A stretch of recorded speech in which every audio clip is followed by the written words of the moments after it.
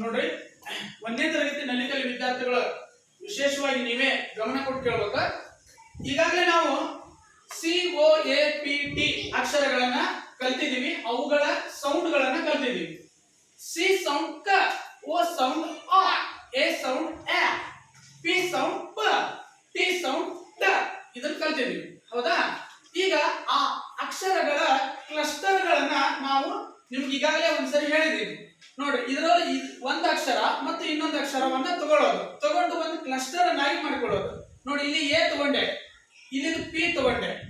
A sound ಗೊತ್ತಾಯ್ತು ನಿಮ್ಗೆ? A sound A, P sound ಪ, ಎ ಪ, ಎ. ಹೌದಾ?